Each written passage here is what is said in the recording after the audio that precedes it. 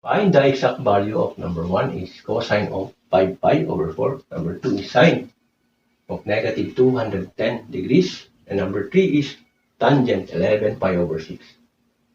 Actually, ang kaibahan lang naman nito ng mga nakaraang problem natin. Kumbaga, from first quadrant, lumagpas siya roon eh. Naging second, third, or fourth. So, ang kailangan lang natin dito is malocate siya kung saang quadrant. Doon sa Cartesian, using Cartesian or rectangular coordinate system. At yung mapapansin, mayroon pong angle na in the form of radian. Therefore, i-convert po natin siya sa degree form muna. Unahin po natin itong number 1.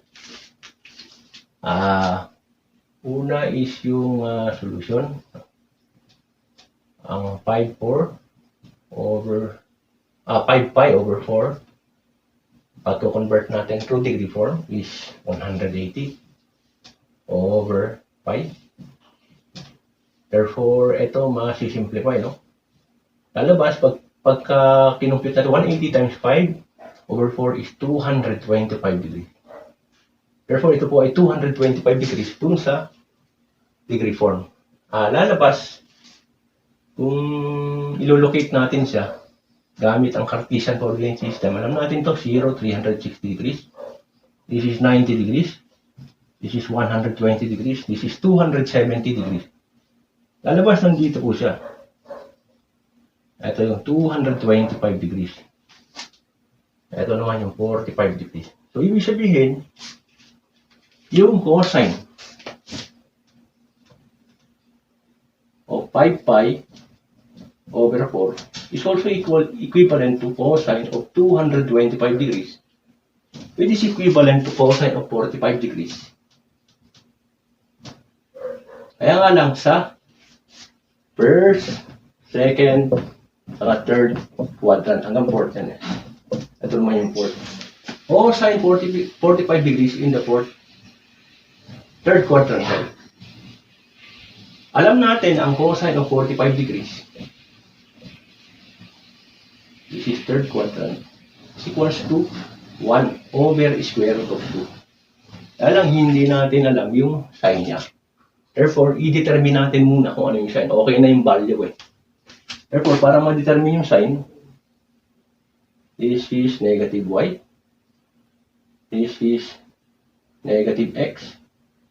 This is always 1. Kasi unit circle eh. Pag sinabi natin cosine is equals to adjacent side over hypotenuse. Therefore, ito kukunin na natin naman natin yung sign eh. Kung adjacent side siya, cosine of 45 degrees, kasi 45 degrees ang involved, lalabas negative x over 1, which is equivalent to negative value. Therefore, yung cosine of 45 degrees in the third quadrant is equals to negative 1 over square root of 2, which is equivalent to cosine of 5 pi over 4. Number 2, sine of 210 degrees. Actually, almost parehas na naman ito eh. Kaya nga lang, naging 200 lang yung angle. Pagka ganito po, nagamit ulit tayo ng rectangular or Cartesian coordinate system. This is 90, this is 180, this is 270, this is 0 and 360 degrees. Ang positive angle, actually, pag sinabi natin positive angle, ang ikot, no? Ang pagka magbibilang ka ng angle, no? Yung direction ng angle is, ang tawag po dun is yung counter clockwise direction. Counter clockwise, ibig sabihin, yung ikot ng clockwise kasi, ang ikot ng clockwise papagano'n eh. From left to right. Ang mayayari po rito papaganito. Counter clockwise. Kaya lang, pagka negative angle ang involved, no? Pag negative angle is clockwise direction naman. Ibig sabihin, kung dito, counterclockwise, dito naman is clockwise.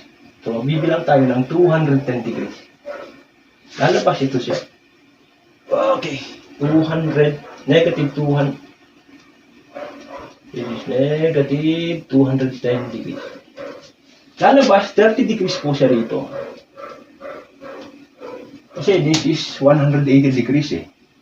Plus 10 is 210 degrees. So ito po siya, negative 210 degrees. Ibig sabihin, yung cosine ay yung sine of negative 210 degrees is also equals to sine of 30 degrees in the second quadrant. So, parang hindi na ibig sabihin nun. O lalabas yan pag sinabi nating sine, kasi pag sinabi nating sine equals to opposite side over hypotenuse. Alam natin pag sinabing 30 degrees, kasi ang 30, 60, 90 degree angle, para ganito yan eh. Kung ito 30 degrees, ito naman yung 60 degrees, ito naman yung 90. Ang 30, ang kaharap niya laging 1. Yung ratio of the sides. Ang 60 degrees, ang kaharap niya laging square root of 2. Yung hypotenuse, square root of 3.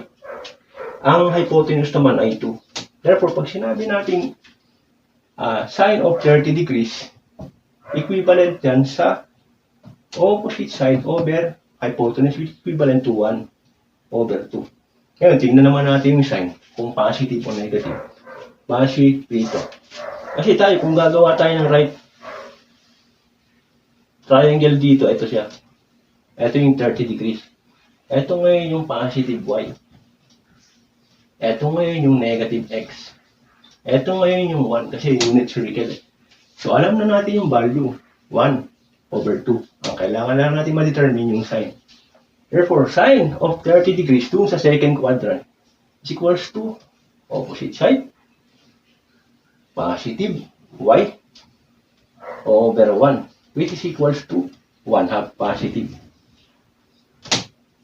Pagdating naman sa tangent, number 3 is tangent of 11 pi over 6. Therefore, convert muna natin yung 11 pi over 6 sa degree form times 180 over pi. Therefore, masisimplify ito. Lalabas po ito, magiging 330 degrees eh. Kasi 180 times 11 divided 6.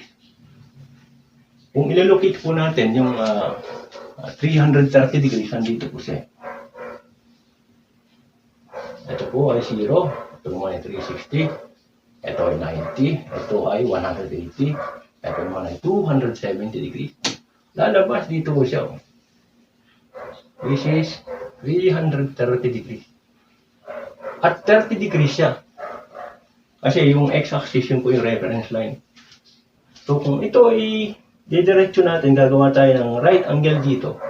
Ito naman yung positive x. Ito naman yung negative y. Ang hinahanap, tangent eh. Ito naman yung 1. Therefore, yung sine, makakaasa tayo na negative. Kasi pag sinabi natin tangent, equivalent ka agad yan sa opposite side over adjacent side. Ang opposite side is negative y. Ang adjacent side is positive x. Therefore, negative value na siya. Therefore, tangent of 11 pi over 6, which is also equals to tangent of 330 degrees. It is also equivalent to tangent of 30 degrees in the fourth quadrant. Equivalent to, pag sinabi natin tangent, actually, ganito rin yung forma niya eh. Tangent of 30 degrees is equals to 1 over the square root of 3. This is square root of 3. Yeah. Therefore, since negative siya, therefore negative 1 over square root of 3. So, hanggang dito na lang po tayo sa example na to. Mamaya naman po yung tutorial number 10. Thank you.